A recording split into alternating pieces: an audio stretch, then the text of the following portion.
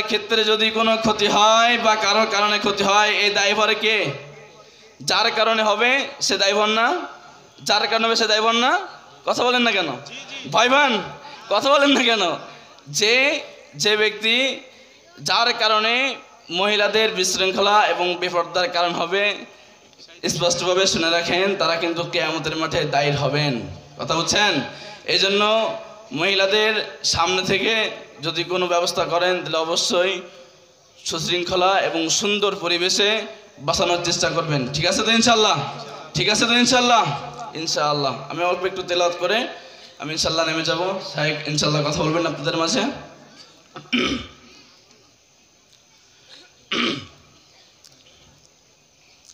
أعوذ بالله من الشيطان الرجيم.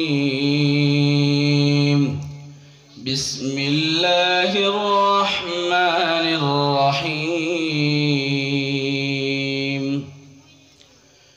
وقال إني ذاهب إلى ربي سيهدين. رب هب لي من الصالحين. فبشرناه بغلام حليم. فلما بلغ معه السعي قال يا بني إني أرى في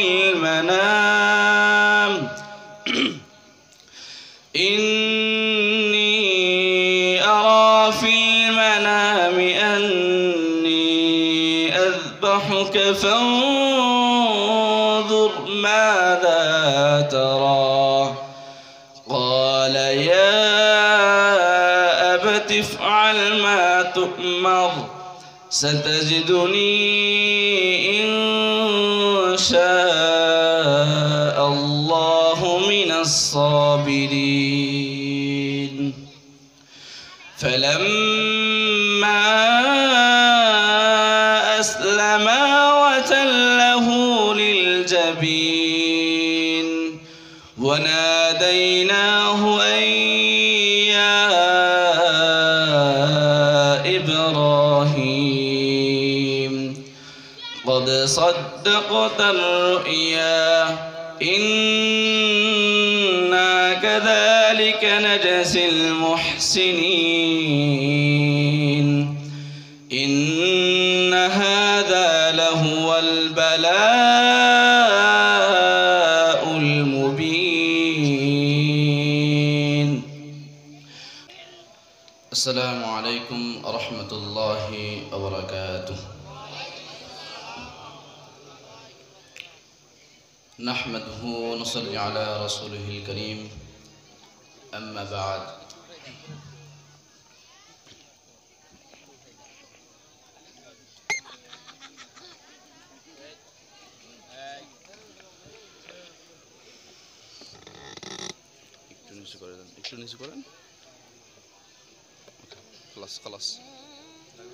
خلاص بسم الله الرحمن الرحيم. لن تنالوا البر حتى تنفقوا مما تحبون. صدق الله العظيم. সম্মানিত হাজিরিন, মহান আল্লাহ পাক রব্বুল আলামিনের দরবারে লাখ কোটি শুকরিয়া যে মহান আল্লাহ পাক রব্বুল আলামিন আপনাকে এবং আমাদেরকে এই মজলিসে আসার এবং বসার তৌফিক দান করিয়াছেন। এই জন্য আল্লাহ পাক রব্বুল আলামিনের দরবারে সকলে শুকরিয়া আদায় করি, সকলে বলি আলহামদুলিল্লাহ। বাংলাদেশের মাটিতে এবং আশপাশে গ্রামে শত শত এবং হাজার হাজার যুবক থাকতে এবং শত শত মানুষ থাকতে কোরআনের ময়দানে তারাই আসতে পারে যাকে আল্লাহ পাক রব্বুল আলামিন পছন্দ করে। চিল্লায়ে বলেন ঠিক কিনা? কোরআনের ময়দানে তারাই আসতে পারে যারা ইসলামকে ভালোবাসে। চিল্লায়ে বলেন ঠিক কিনা? আল্লাহ পাক রব্বুল আলামিন এবং রাসূলের সুন্নাহ অনুযায়ী যারা চলে তারাই একমাত্র কোরআনের ময়দানে সর্বদা সর্বক্ষণে সব সময় আল্লাহ পাক রব্বুল আলামিনের কোরআনের সাথে চলে। চিল্লায়ে বলেন ঠিক কিনা? আল্লাহ পাক রব্বুল আলামিন পবিত্র কোরআনুল কারীমে বলেন লান তানালুল বিররা হাত্তা তুনফিকু মিম্মা مما تحبون আল্লাহ পাক রব্বুল আলামিন বলেন আল্লাহ পাক রব্বুল আলামিন বলেন তোমরা যখন দান করো ওই দান যদি তোমার সর্বোত্থায় এবং সর্বোচ্চ যদি তোমার পছন্দনীয় জিনিস হয় এবং যদি সর্বোচ্চ তোমার ভালোবাসার স্থান হয় তাহলে ওই দান আল্লাহ পাক রব্বুল আলামিন কবুল করিয়া নেন। আর যদি ওই জিনিস পছন্দনীয় না হয়, আমরা বর্তমান সমাজের অবস্থা এখন কি হয়ে দাঁড়িয়েছে, বর্তমান সমাজের অবস্থায় দান করার ক্ষেত্রে এখন আমাদের অবস্থা হয়েছে যেটা অচল এবং যেটা চলে না সেটাই আমরা দান করে চিল্লায় বলেন ঠিক কিনা। কিন্তু আমরা আল্লাহ পাক রব্বুল আলামিন বলেন লান তানালুল বিররা হাত্তা তুনফিকু মিম্মা তুহিব্বুন।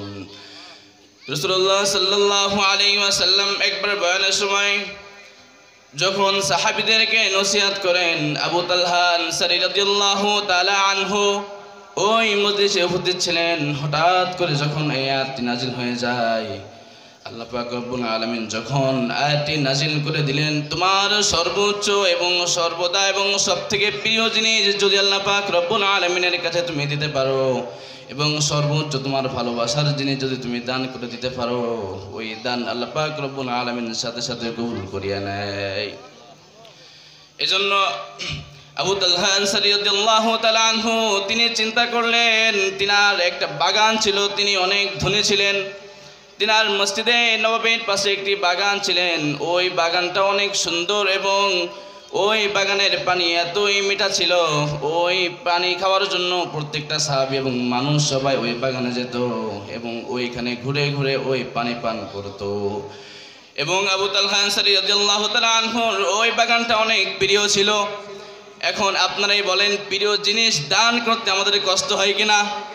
এখন আবু তালহা আনসারী রাদিয়াল্লাহু তাআলা আনহু তার প্রিয় জিনিস যখন এই আয়াতটি নাজিল হলো, আল্লাহ পাক রব্বুল আলামিনের কথা মতো এবং রাসূলুল্লাহ সাল্লাল্লাহু আলাইহি ওয়াসাল্লামের কথা সমূহ শুনে যখন এই আয়াত নাজিল হওয়ার পরে তিনি রাসূলুল্লাহ সাল্লাল্লাহু আলাইহি ওয়াসাল্লামের দরবারে গেলেন এবং বললেন, ইয়া রাসূলুল্লাহ, ইয়া হাবিবাল্লাহ, আমার একটি সুন্দর বাগান এবং সুশৃঙ্খল একটি বাগান আছে, আমি ওই বাগানটা আল্লাহ পাক রব্বুল আলামিনের দরবারে সদকা করে দিতে চাই। রাসূলুল্লাহ সাল্লাল্লাহু আলাইহি ওয়াসাল্লাম অত্যন্ত খুশি হয়ে যান এবং রাসূলুল্লাহ সাল্লাল্লাহু আলাইহি ওয়াসাল্লাম আল্লাহকে ডাক দিয়ে বলে, আল্লাহ, আপনি আমার এই সাহাবীর সব থেকে প্রিয় জিনিস এবং সব থেকে সুন্দর জিনিসকে আল্লাহ আপনার পথে দান করতে চাই, আপনি এনার দানকে কবুল করিয়ে নেন।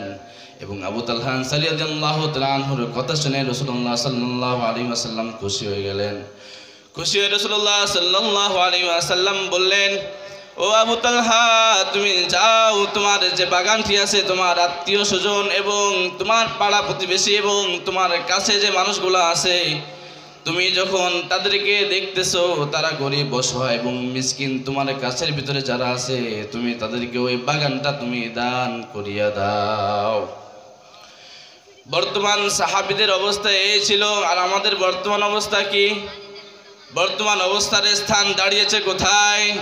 সম্পদ থাকে ব্যাংকে, সম্পদ থাকে বাড়িতে, অথচ দরিদ্র অসহায় মানুষগুলা রাস্তায় রাস্তায় ঠুকে ঠুকে মারা যায়, ঠিক কিনা?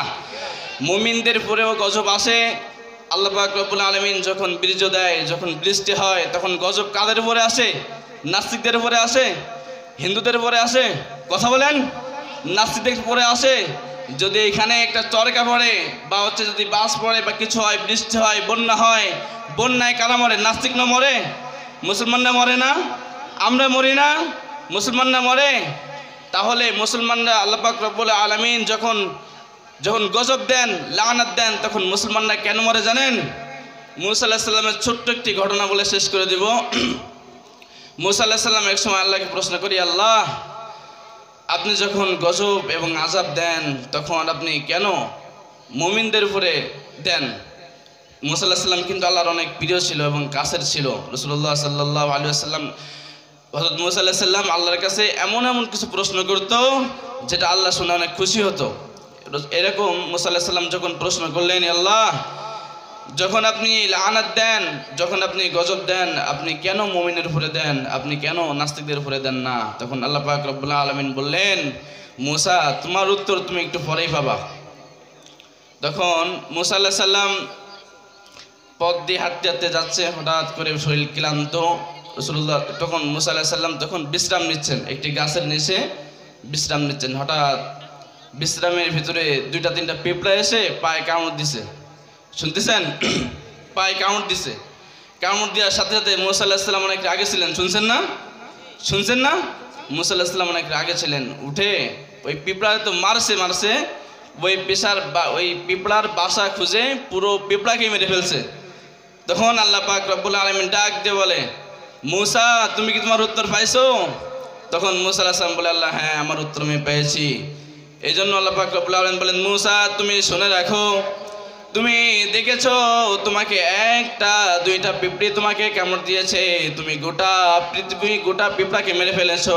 আমি ওই রকম যে সমাজ নষ্ট করে, যে নাস্তিকতা করে, যে বেঈমানি করে, যে কোরআনের সাথে বেয়াদবি করে, উলামা ইকরামদের সাথে বেয়াদবি করে, অথচ মুমিনরা দেখে কিন্তু এটা কিছু বলে না। এর জন্য নাস্তিকের চাইতে মুমিনরাই বেশি ধরে চিল্লায় বলেন ঠিক কিনা? এই জন্য মুমিনদের উপরে শুধু নাস্তিকদের উপরে গজব নাই, সবার উপরে একসাথে গজব দেয়, চিল্লায় বলেন ঠিক কিনা? এই জন্য মুসলমান হিসাবে আমাদের সকলেরই বেঈমানি, নাস্তিকতা, বেঈমানি যারা করে এবং দোষ অপরাধ যারা করে আমাদের চোখে দেখার সাথে সাথে আমাদেরকে প্রতিবাদ করা দরকার আছে না নাই? আছে কিনা নাই? বাংলার জমিনে যদি আপনারা একটা হাদিস আছে, যদি কোনো ব্যক্তি যদি অন্যায় করে, যেমন আমলিক স্বৈরাচার ছিল না, যদি আপনি যেমন আমলিক স্বৈরাচার ছিল, আমলিক স্বৈরাচারে করার সুযোগ পাইছে আপনার ভোটের কারণে, ওর ভোটের কারণে, যেমন আপনার একটা ভোটের কারণে সে স্বৈরাচারী করছে, পুরো বাংলাদেশ আনন্দের উপরে নির্যাতন করছে, এর একটা পার্সেন্টেজ আপনাকে অবশ্যই বহন করতে হবে। এই জন্য সামনে অবসর হওয়া এবং সামনে পথ চলাচল করার আগে 100 বার ভাবতে হবে, চিল্লায় বলেন ঠিক না? প্রত্যেকটা মুসলমানের এবং প্রত্যেকটা মানুষের সামনে পথ চলাচল করার জন্য এবং বাংলার জমিনে ইসলাম কায়েম করার জন্য, বাংলার জমিনে ইসলাম দিয়ে কায়েম করবে এমন প্রত্যেকটা মুসলমান চাই। যে মুসলমান বাংলার জমিনে ইসলাম কায়েম করতে চায় না, যে মুসলমান বাংলার জমিনে ইসলামকে তীব্রতা জানায়, যে মুসলমান বাংলার জমিনে ইসলামকে পছন্দ করে না, সে বাংলার জমিনে থাকার অধিকার রাখে না, চিল্লায় বলেন ঠিক না?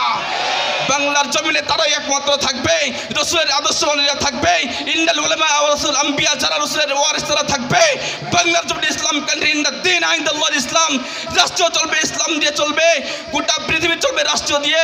বাংলার জমিনে ইসলাম ব্যতীত যদি কোনো নাস্তিক বেঈমান যদি বাংলার জমিনে যদি ইসলাম কায়েম করতে না চায়, তাহলে আমরা তাকে কিঞ্চিত পরিমাণ সাপোর্ট করবো না, চিল্লায় বলেন ঠিক না? আর যে ব্যক্তি কিঞ্চিত পরিমাণ সাপোর্ট করবে এবং নাস্তিকদেরকে সাপোর্ট করবে, বেঈমানদেরকে সাপোর্ট করবে, যারা মুসলমানদেরকে আঘাত করে তাদের উপরকে সাপোর্ট করবে, যারা মুসলমানদের উপরে আঘাত করে, ইন্নাল মুনাফিকিনা ফি দারকিল আসফালি মিনান নার, যেসব মুসলমানরা মুসলমান হয়ে মুসলমানদের উপরে নির্যাতিত করে, নিজের দল কেটে নিয়ে মুসলমানদের উপরে নির্যাতিত করে, উলামা ইকরামদের উপরে নির্যাতিত করে, তারা মুসলমান হতে পারে না। তারা বাংলার জমিনের দুশমন, তারা বাংলার জমিনের দুশমন, তারা বাংলার জমিনে থাকার অধিকার রাখে না, চিল্লায় বলেন ঠিক না? আমরা এইসব নাস্তিকদেরকে যখন দেখবো, এইসব নাস্তিকদেরকে আমরা যখন দেখবো, যখন চোখের সামনে পড়বে, সাথে সাথে প্রতিবাদ জানাবো, তাহলে আমরা আবু জাহেলের কাতারে পড়বো, চিল্লায় বলেন ঠিক না? এরা হলো বড় মুনাফিক, এরা হলো বড়ই মুনাফিক, যারা অন্যায় দেখে অত প্রতিবাদ করে না, ঠিক না?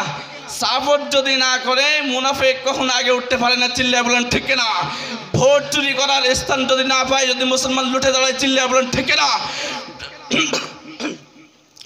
আপনার মুসলমানরা অসম্মানিত হয়, উলামা ইকরামদেরকে মানুষ অসম্মানিত করে, এটা সম্পূর্ণ মুসলমানদের দোষে, চিল্লায় বলেন ঠিক কিনা? মসজিদের মুয়াজ্জিন এবং মসজিদের ইমাম সাহেবের পিছনে লাগে কি হিন্দুরা এসে, মুনাফিকরা এসে? মুনাফিকরাই লাগে, নাস্তিকরা লাগে, খ্রিস্টান বৌদ্ধ কারা লাগে না? মসজিদের ইমাম সাহেবের 1 মাস 2 মাস চাকরি থাকে না, এই মুনাফিকের কারণে, চিল্লায় বলেন ঠিক না? এইসব মুনাফিকের দল এবং এইসব নাস্তিকের দল, তোমরা শুনে রাখো, তোমাদের দুনিয়ায় হয়তো ক্ষমতা পেয়েছো, মসজিদের কমিটি হয়েছো, ক্ষমতা পেয়েছো, কিন্তু তোমরা শুনে রাখো, ইন্নাল মুনাফিকিনা ফি দারকিল আসফালি মিনান নার, তোমাদেরকে কিয়ামতের মাঠে নাস্তিক, হিন্দু, বৌদ্ধ, খ্রিস্টান এদের চাইতে আল্লাহ পাক রব্বুল আলামিন তোমাদের নিকৃষ্ট এবং দোজখের ভিতরে দেবে, চিল্লায় বলেন ঠিক না? ইসলামকে আমরা ভালোবাসি, ঠিক না? ইসলামকে আমরা মহব্বত করি, ঠিক না? আপনাদের বক্তা এখানে উপস্থিত আছেন, আমাকে কথা বলা ঠিক হচ্ছে না, আপনারা কি বিচার করতেছেন? ইসলামের কথা যে এইখান থেকে আসুক সেইখানে আমরা মুখ দেব, চিল্লায় বলেন, ঠিক কিনা? আমরা আকর্ষণের জন্য নয়, আমরা ইসলামকে সুন্দর এবং সুন্দর করে ভালোবেসে ইসলামের কথা যেইখান থেকে আসবে, ইন্নাল উলামা ওয়ারাসাতুল আম্বিয়া, যারা নবীর ওয়ারিস আমরা তাদের কথা শুনবো, চিল্লায় বলেন, ঠিক কিনা? যারা ইসলামের কথা শোনে না, যারা ইসলামের কথা ভিতরে আনে না, যাদের সন্তান ভিতরে আনে না, ওরকম সন্তান ঘরের যে বাবা রাখবে, ওই বাবা কিয়ামতের মাঠে ওই সন্তান নিজের বাবার বিরুদ্ধে আল্লাহর কাছে বিচার দেবে। জানেন আপনারা? জানেন? দেখেন, আপনাদের গ্রামে মাদ্রাসা আছে, আপনাদের এত সুন্দর। আগে ছিল কেমন? আগে ইসলাম শিক্ষার জন্য অনেক কষ্ট হতো, জানেন? ইসলাম শিক্ষা করার জন্য অনেক কষ্ট হতো, কিন্তু এখন কোনো কষ্টের কোনো প্রতীক নাই। আগে বিমান ছিল না, কিছু ছিল না, আমরা এখন বাইরে পড়াশোনা করতেছি। উনি বললেন আমি পিএইচডি করছি, আসলে মনে হয় তো উনি ভুল করে বলে ফেলছে, আমি রানিং স্টুডেন্ট এসআরএল। আমি ছুটিতে বাড়ি আসছি, যার কারণে ওনার সাথে এখানে আসছি। আমি এখনও শেষ করি নাই, পড়াশুনো রানিং আছে। তো আপনারা সকলে আমার জন্য দোয়া করবেন, আমি যেন সুন্দর করে পড়াশোনা করতে পারি এবং সামনে আগাতে পারি, ঠিক আছে তো? ইনশাআল্লাহ আমরা যাদের সন্তানাদি, যারা আত্মীয় স্বজন আছেন, যদি নিজে ইলম শিখবেন নয়, নিজে শিখবেন। যারা অন্যায় করে তাদেরকে প্রশ্রয় দিবেন না, নিজের সন্তান হোক বাচ্চাই হোক, কাউকে প্রশ্রয় দেওয়া যাবে খবরদার, কাউকে অন্যায় প্রশ্রয় করা যাবে না। এবং যারা ইসলামকে ভালোবাসে, ইসলামের পথে আসে এবং তলবে ইলম যারা আছে, তাদের উপরে কখনো আমরা অত্যাচার করব না, তাদের উপরে চোখ গরম করে কথা বলবো না। যদি কোনো উলামায়ে কিরামের দিকে যদি চোখ রাঙে কথা বলেন, ইন্নাল উলামা ওয়ারাসাতুল আম্বিয়া, এই আলেমরা কিন্তু নবীর ওয়ারিস। এই আলেমদেরকে আপনি বড় কথা বলবেন, এটা নবীকে অসম্মান করা হবে, চিল্লায় বলেন, ঠিক কিনা? আর নবীকে অসম্মান করবেন, আল্লাহ কিন্তু বসে থাকবে না, চিল্লায় বলেন, ঠিক কিনা? নবীকে অসম্মান করা আল্লাহ পাক রব্বুল আলামিন কখনোই বরদাস্ত করে নাই, এখনো করবে না, চিল্লায় বলেন, ঠিক কিনা? আল্লাহ আমাদেরকে সকলকে মানার তৌফিক দান করুক এবং সকলকে দ্বীনি ইলম শিক্ষা করার এবং সন্তানাদিকে সকলকে মাদ্রাসায় এবং দ্বীনি শিক্ষা অর্জন করার তৌফিক দান করুক। সকলে বলেন আল্লাহুম্মা আমিন, আমিন। আরেকটা কথা, আমরা যখন পর্দা করি, মা বোনেরা যখন পর্দা করে, পর্দাটা করা আমাদের অলওয়েজ টাইম ফরজ নাকি কিছু কিছু ক্ষেত্রে ফরজ? কিছু কিছু ক্ষেত্রে ফরজ নাকি অলওয়েজ টাইম করা ফরজ? যদি এই পর্দার ক্ষেত্রে যদি কোনো ক্ষতি হয় বা কারোর কারণে ক্ষতি হয়, এই দায়ভার কে? যার কারণে হবে সে দায়ভার না? যার কারণে হবে সে দায়ভার না? কথা বলেন না কেন ভাইবান?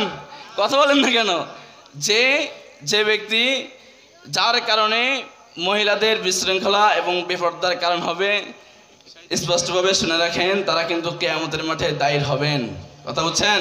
এই জন্য মহিলাদের সামনে থেকে যদি কোনো ব্যবস্থা করেন, তাহলে অবশ্যই সুশৃঙ্খলা এবং সুন্দর পরিবেশে বাঁচানোর চেষ্টা করবেন, ঠিক আছে তো ইনশাল্লাহ? ঠিক আছে তো ইনশাল্লাহ? ইনশাআল্লাহ আমি অল্প একটু তেলাওয়াত করে আমি ইনশাল্লাহ নেমে যাব। সাহেব ইনশাল্লাহ কথা বলবেন আপনাদের মাঝে।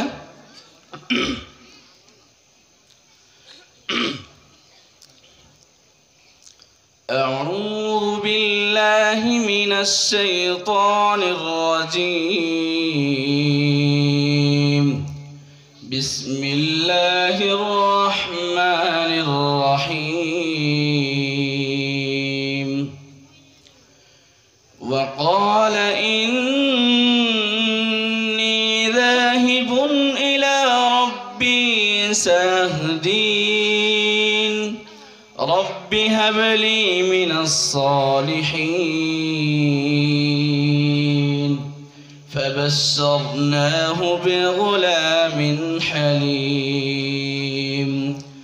فلما بلغ معه السعي قال يا بني إني أرى في المنام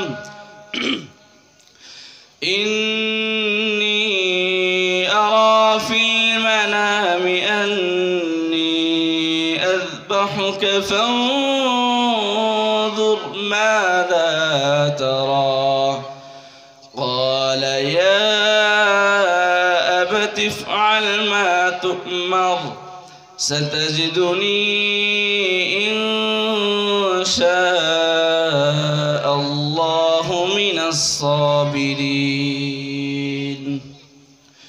فلما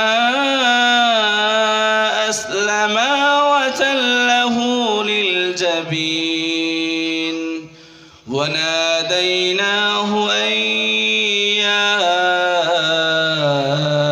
إبراهيم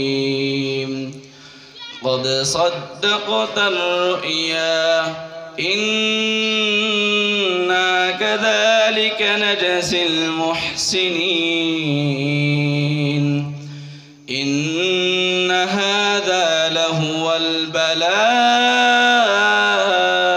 المبين وفديناه بذبح عظيم